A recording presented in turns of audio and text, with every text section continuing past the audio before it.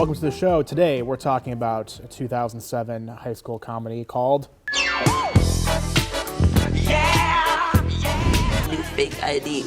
Wait, you changed your name to McLovin? Doesn't even have a first name, it just says McLovin. This guy's either gonna think here's another kid with a fake ID, or here's McLovin, the 25-year-old Hawaiian organ donor.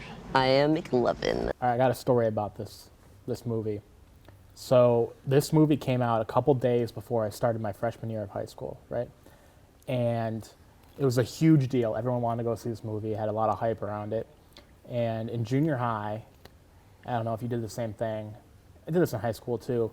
My buddies and I, before we were of age to see rated R movies, would buy a ticket for whatever G or PG movie, go into the theater, and then walk into the rated R movie. It was an easy thing to do. I mean, we never did that because back in my day, we didn't have that problem. Like, you wanted to go see a rated R movie, you just went and saw a rated R movie. Well, that's true too, but also back in your day, the movies didn't have talking too, so, you know, trade-offs. But you buy a ticket to the movie and you sneak into the rated R movie. No, it doesn't matter. It's like the most innocent crime. It's like a open secret that kids are walking into rated R movies, right? So my friends and I go to see Superbad. Opening night of Superbad, a couple days before we start high school. We get there, we buy tickets to Rush Hour 3. You go this way, and I'll go that way. Rush Hour 3. The sequel to Rush Hour 1 and 2. And we're about to walk into Superbad. There's a guard at the door to the Superbad. I've never seen this before in my life. There's a guard at the door. It's because this movie was so hyped and they knew kids were going to sneak in. It was vulgar and crass and all this stuff. They need to have a guard at the door to weed out assholes like my friends and I. So we don't know what to do now. We bought tickets to see, we don't want to see Rush Hour 3. I didn't even see Rush Hour 2. Rush Hour 1, not even that good of a movie. It was okay. I mean, I like Jackie Chan, and I like Jackie Chan and movies. Their chemistry is good, but you didn't need to make 3 of them. No, that definitely not. So we're trying to figure out what to do. We don't want to see Rush Hour 3. Nothing else is playing. What do we do? We're standing outside the theater in the Deer Park shopping mall in the Chicago suburbs, and my friend Eric gets the idea. This is the same friend, by the way, in the Caddyshack episode that we plotted to put a Snickers bar in the pool to stop swimming. Well, we have to be very careful about it so Mr. Keller doesn't see that we're putting it in the pool, but we're putting it in the damn pool. He says, let's find a couple of adults to pretend to be our parents and walk in with us. We asked, and by we I mean him, because I didn't have the balls to do this, probably 10 to 15 different sets of adults to pretend to be our parents to walk in with us. All of them said no. We saw half of Rush Hour 3 at this point. In my Superbad, I think about this every time I see the movie. And it's kind of comical because that instance could have been part of a teen movie too. Just the idea of like asking parents to be your fake parents to go see the movie. But every time I've seen this Superbad 1,000 times, I think about this instance. I was cock-blocked from seeing Superbad for the first time. I had to wait months later. So you didn't get to see any of it? You didn't get like sneak in? Not that night. No, there was a guard there the whole time. The whole time? The whole time. I mean, that's dedication. I saw fucking Rush Hour 3 and it sucked. It was terrible. And then we went to Cold Stone Creamery after. You make me smile like the sun, fall out of bed, sing like a bird, dizzy in my head, spin like a record, crazy on a Sunday night. You make me dance like a fool, forget how to breathe, shine like gold, buzz like a bee. Just the thought of you can drive me wild. Oh, you make me smile. Where I later worked. At least you got some Cold Stone Creamery. The place sucks. It's a whole other thing. You make me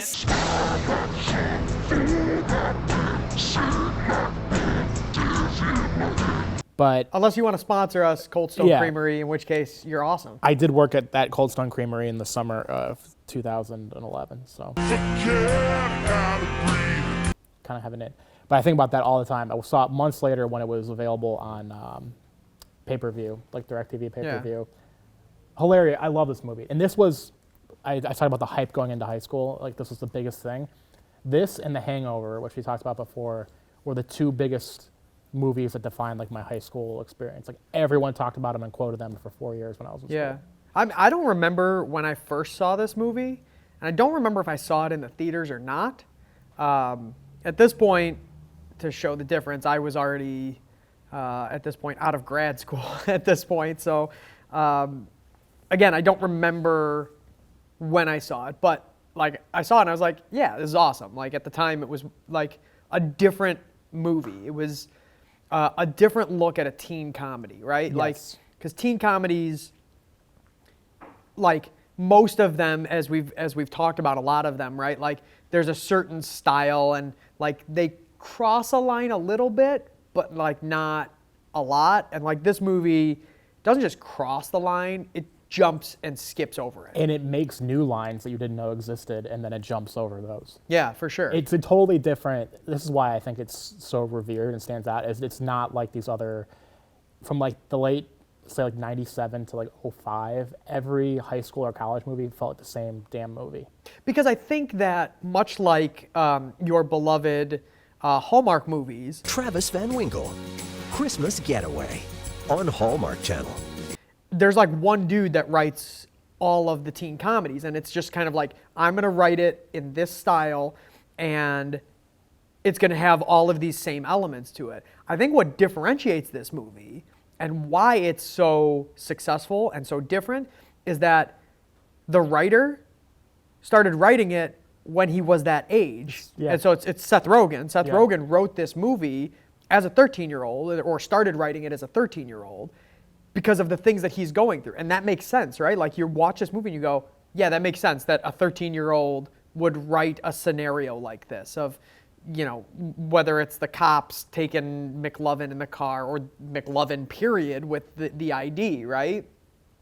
It makes sense that this would come from a 13-year-old's mind. Right. And that's what makes it different and what makes it successful, because it's like, it's a real thing. It actually, you know, whether or not all of these things happen, but yeah, like, we don't know which parts. Seth Rogen and Evan Goldberg said that, which is obvious. The main characters are named Seth and Evan. Wrote this based on their real experiences in high school. I don't know which ones those were, because there are things in this movie that if that's your real experience in high school, that seems concerning.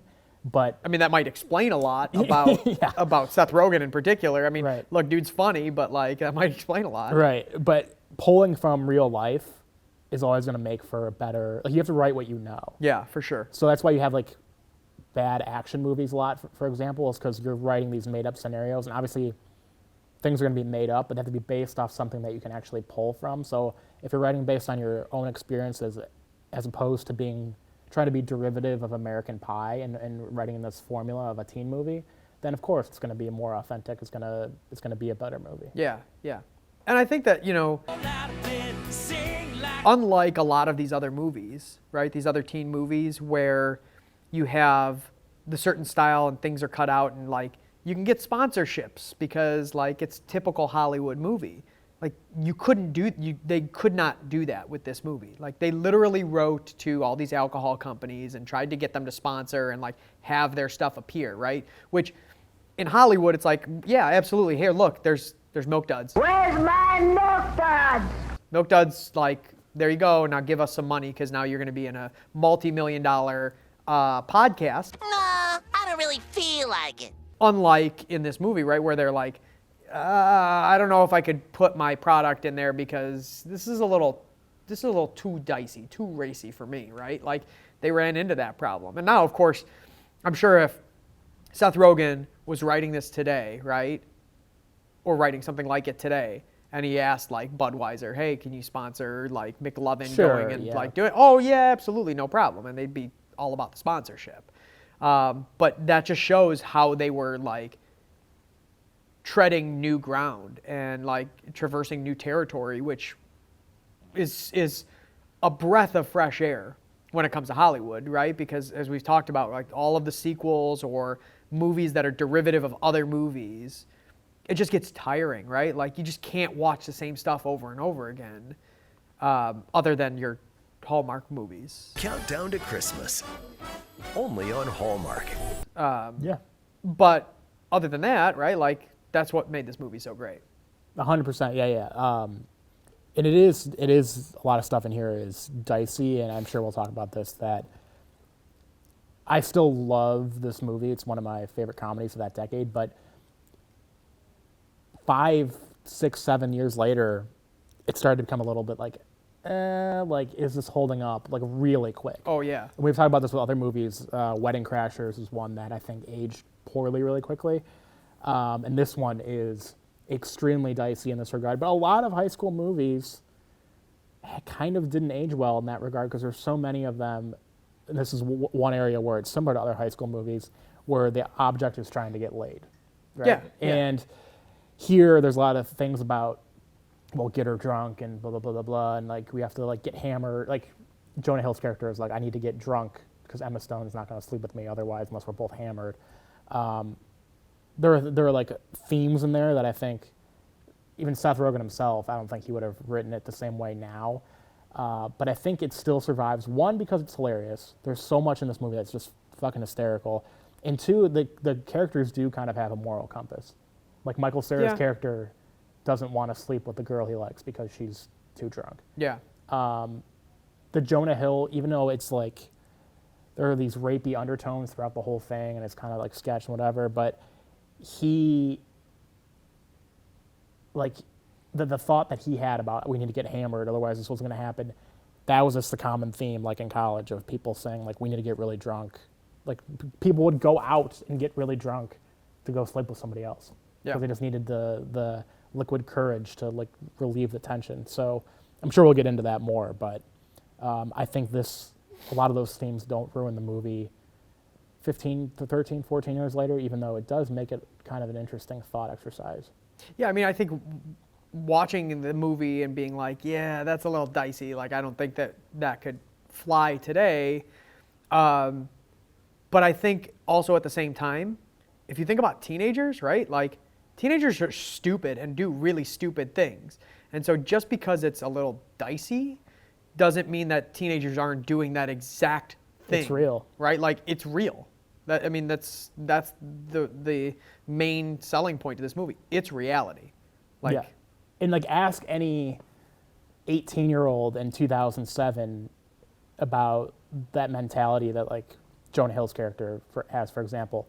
They would every 18-year-old dude would agree with the thought process of, like, I need to buy this chick alcohol, we're going to get hammered, and then we're going to get laid before. Like, it was, like, these are all goals of an 18-year-old boy. Yeah. So it's based in reality. Yeah. It's not like remember when we were talking about Revenge of the Nerds, and I had never seen it before, and I was just like, they're raping a chick in the movie? Yeah. That's not the same kind of thing. This No. is more rooted in reality. And if you don't believe me, talk to an 18-year-old dude, but I wouldn't recommend that. Yeah, I wouldn't recommend it. Yeah, talking to an 18-year-old dude, that's not. No, that sounds awful. Yeah, that's the worst. A couple of things that I just want to, like, before we really dive into, as we're talking about, like, generality, right, is the other thing that they get 100% correct and factual is that this movie uses the word fuck 176 times. That's an actual number? That's an actual number. In a 113-minute movie. That's great. It uses it 176 times, which is just, I mean, that's an 18-year-old kid, right? Using fuck all the time. Yeah. That's 18-year-old, dude vocabulary. Yeah. And then, at the end, which kind of harkens to something that happens in the middle, Hollywood sucks the fun out of so much, right? And they tried to do it with this movie as well. So you know how in the credits they have all of the drawings of the penises? One of the funniest things in the movie is every single penis had to be approved. Every single drawing of the penis had to be approved. Wait, what's the approval process for the penis? What's an acceptable penis and a non-acceptable penis? Let's see. Like tasteful peni? So one of the things, I wrote this down, is that they had to figure out, were there too many veins in the penises? Was it too erect? Was the penis too erect? If it's too erect, we got to get rid of that. Like, you can't have the erect penis. You can have a regular, like, floppy old donkey dick, as long as it's not too veiny or too erect. What's wrong with being too erect, though? Apparently, Hollywood thinks that that's not cool. There like, are it won't get approved. Millions of men that take pills to make sure that their penis is too erect. I mean, that might be why they did not want to have, because the people who are approving it are the same folks that are taking the little blue pill to achieve that erectness, and so they're a little jealous that. This is the point of the podcast where if Blue Chew was a sponsor, we would plug Blue Chew. You make me smile like the sun, fall out of bed, sing like a bird, dizzy in my head, spin like a record, crazy on a Sunday night. You make me dance like a fool, forget how to breathe. But if the Blue Chew people are listening with their rock hard cocks, you could sponsor the podcast. Anyway, continue. It's just like, you know, it's one of those things that Hollywood, they do this with all of their movies. It's like, you know, if we're going to have any phalluses or we're going to have any genitalia or anything like that, we have to make sure that the depiction of it and everything, it's not too offensive. We can't, like, even though it's a book of drawings of just dicks from a high school kid. Apparently that's like... It can't be not gross. And also, how is a flaccid penis less offensive than an erect one? Because a flaccid penis is just like, it's like, who wants to see a big floppy? You know, again, maybe the Hollywood censors, if you're a Hollywood censor and you're watching this and you want to tell us why there's a difference between a floppy dick and I said floppy dick, not floppy disc. That's a 3.5 floppy. Yeah, 3.5 floppy. Well, that could mean either way. It could mean either way. Yeah, let us know. Let us know. So one of your takeaways is that you didn't enjoy that there weren't enough hard penises, but go on.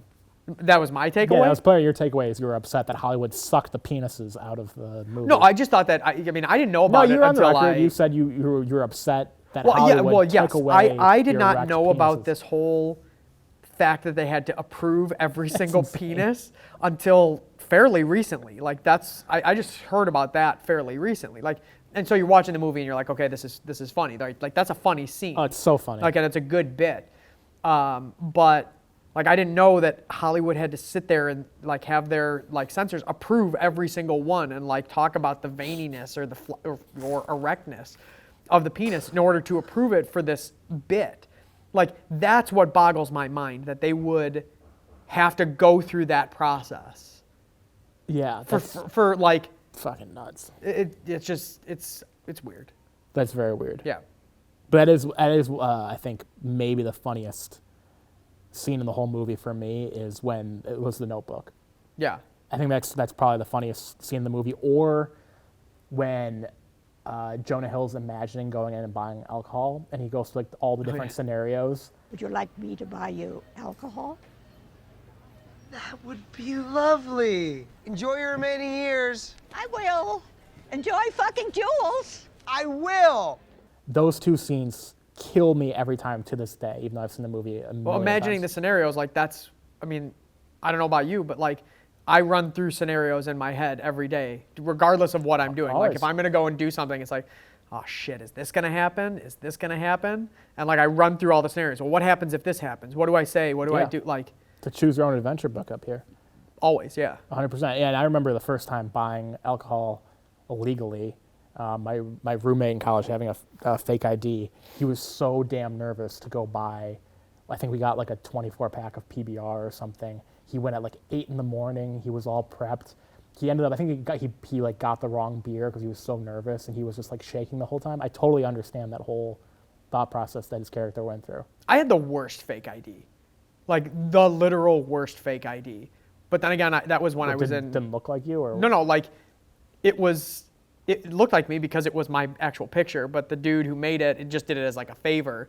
Like, it was the shittiest ID ever. It was awful. Like, just if you looked at this thing, you would be like, what the hell? Like the bit that we did with Aaron Rodgers and his Vax card. Yeah. I am 21, so drinking is yes. Like, it was not quite that bad, but it was bad. It was a bad fake ID.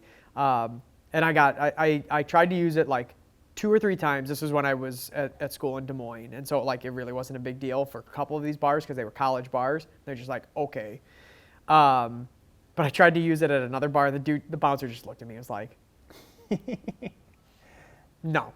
Denied your service? Denied me. It was Oh, just come on, like, gotta be cool this with was like that. trying to go in. The dude just looked at me and was like, and he gave it back to me. So it's not like he was like, I'm going to take this and like hang it up on the wall of shame. But like he took it and was like, come on, dude. Really? That's funny. It was a Utah ID too.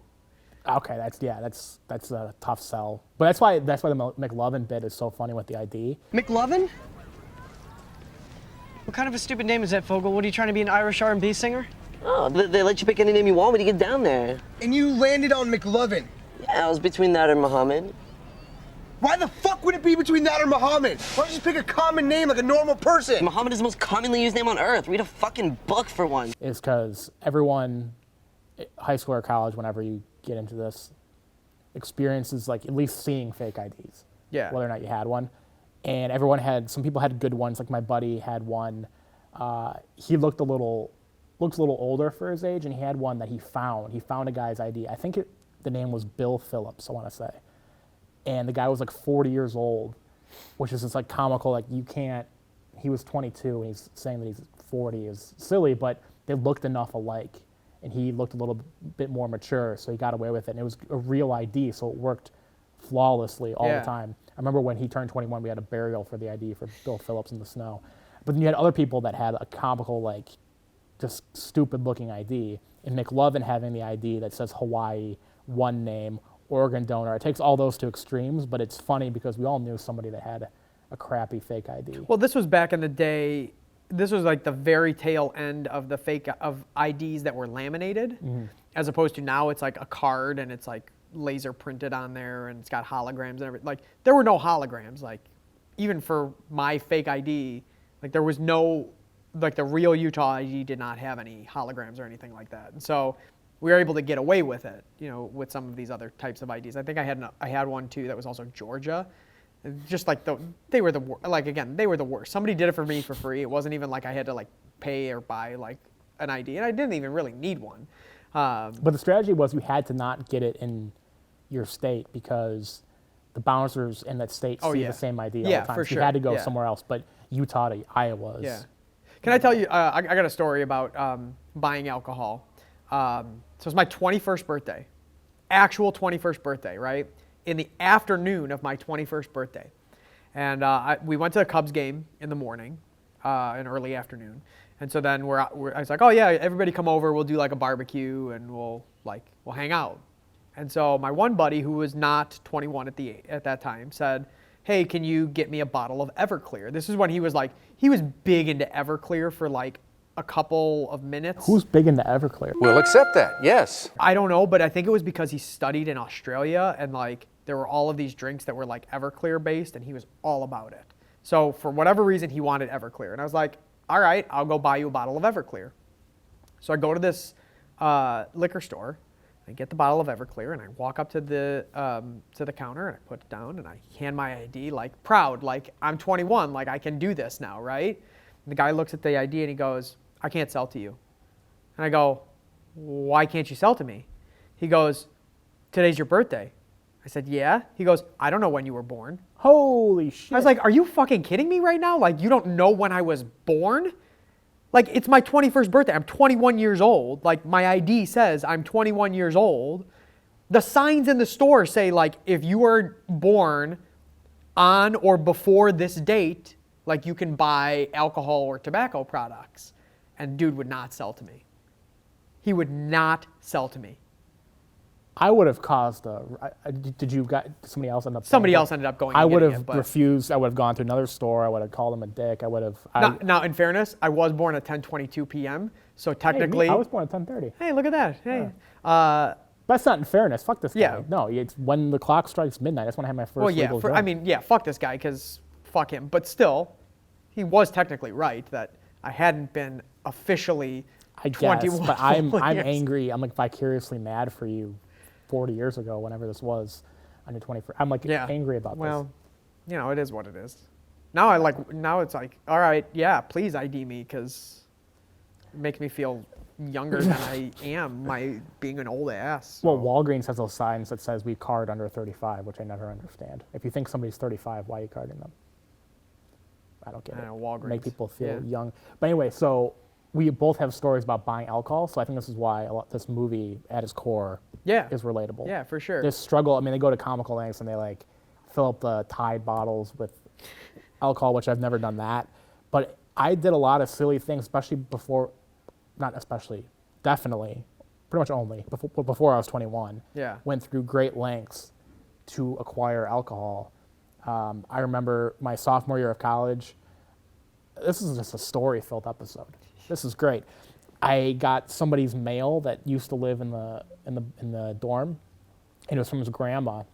And I could have just thrown it out, but It's like a grandma birthday card with like I think it was. $20 in it or something? I didn't open it. It turned out, I found out later it was from his grandma, but I looked up the guy in the university system, sent him an email, said, hey, I got your mail. I'm guessing you used to live here. He said, oh, thanks so much. My grandma sent me a birthday card. He's like, I appreciate so much that you decided to reach out to me and not just throw it out, that I'll let you in on a secret. You go to the bathroom, lift up the tile, and reach in. There should be a present for you. I went to the bathroom, stood on the toilet, reached in. There was a full handle of Jack Daniels in there.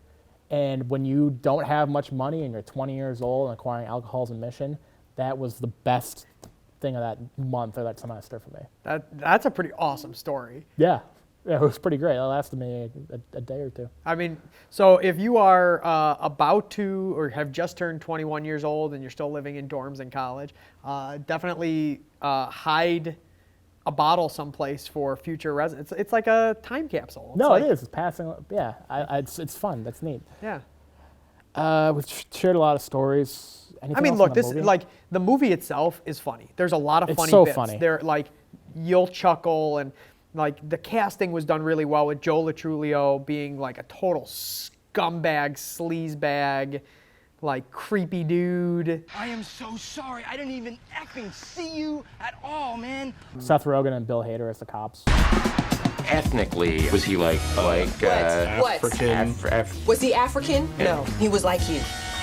He was Jewish. So we have an African Jew wearing a hoodie. Hilarious. Yeah, they just did a really, really good job.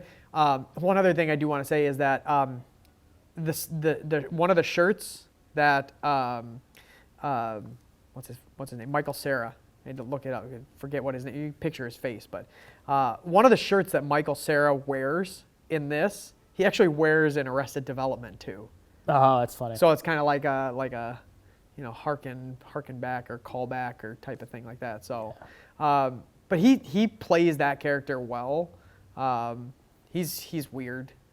He's dorky. He's in that show and in the movie. He plays a dork well. The scene where he has to sing for the people at the party where they get beat up at, that's hilarious. These eyes cry every night for you. Yeah, everything's just so funny. The casting's great, like you said. I don't know. I love it. I even with the kind of rapey undertones that exist, like I said, it's rooted in reality. It's not rooted in a place that comes across even 14 years later as aggressive or malicious. Like we talked about Wedding Crashers. Part of the reason Wedding Crashers, I think, to me, feels rapier is it's coming from a place of them being kind of evil. I think you called it the movie full of red flags, or I think we said it about several movies, but Wedding Crashers is one of them. Everyone in that movie sucks. And 3, the movie's just not that funny. It's not a good movie. This is a hilarious movie. It's rooted in something real. You can all relate to the alcohol, your friend leaving for college, different college. Everyone's had that experience, so I love it. Yeah, absolutely. Score? So I want to go high, but I also can't avoid the opportunity to drop a joke and say 6.9. Fully thinking that it's actually going to be higher, but I'm going to go for 6.9 because I feel like it's appropriate for this movie. Sucks number. I think it is higher. I'm going to go 7.7. 7.6. I actually was thinking about 7.6. Like that's where I was originally going, but I mean, no, I appreciate you. I had to go with that joke. Commitment to the bit. Sex number 6.9. Yeah. Funny. You make me smile like the sun, fall out of bed, sing like a bird,